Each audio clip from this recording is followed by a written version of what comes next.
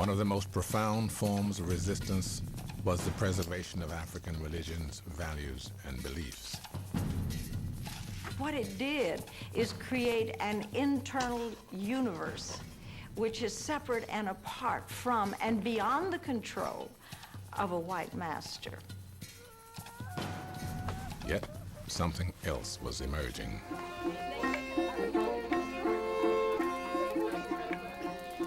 The first generation of American-born descendants of Africans are really in the process of creating something that has a very strong link to Africa, but which is really quite new.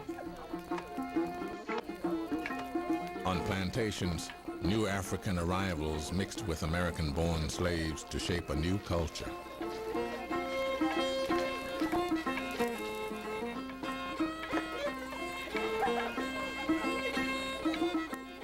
Jefferson family may have a violin from Europe, you know, and someone plays that fiddle.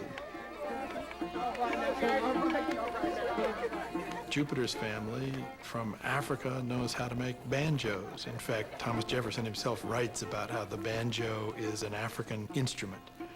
Originally in Africa, they often made it using a big gourd. So this complicated coming together of different cultures, not just Europe and Africa, but varieties of West African cultures. On any given plantation, any given young person like Jupiter is experiencing all these forces.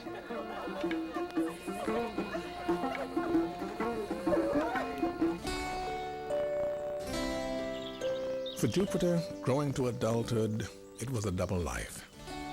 When Jefferson went off to college in Williamsburg, Jupiter accompanied him as his valet. When Jefferson went to court his future wife at her father's plantation, Jupiter would find his future wife enslaved there. They would all end up at Monticello, Jefferson's mansion in rural Virginia.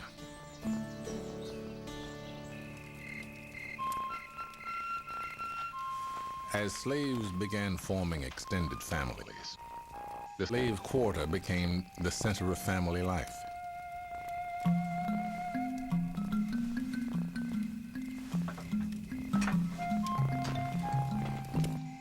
They, like any other human beings, free or unfree, 1,000 years ago or today, have the emotions of any other people.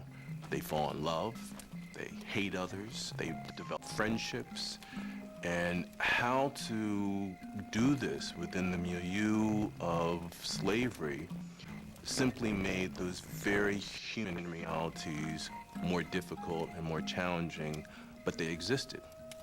Networks of love and affection and connection between the enslaved have got to be really crucial to surviving the experience of slavery, surviving it on an emotional level as well as a physical level.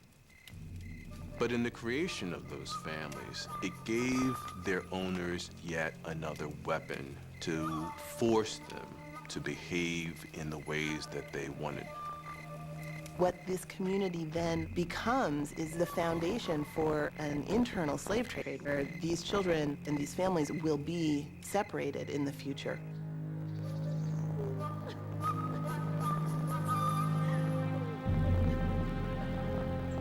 It's almost unimaginable, the tragedy of seeing next of kin simply removed, disappeared, shipped somewhere else. The sheer mind-boggling, excruciating situation of dealing with arbitrary power on a daily basis, not knowing when you wake up in the morning whether the family will be complete when you go to bed at night.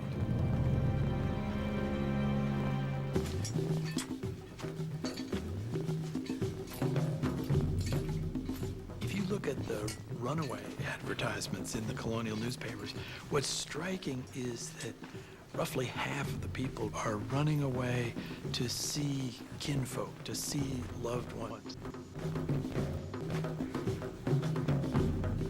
Slave sales and cross-plantation marriages meant that families were strewn across the landscape.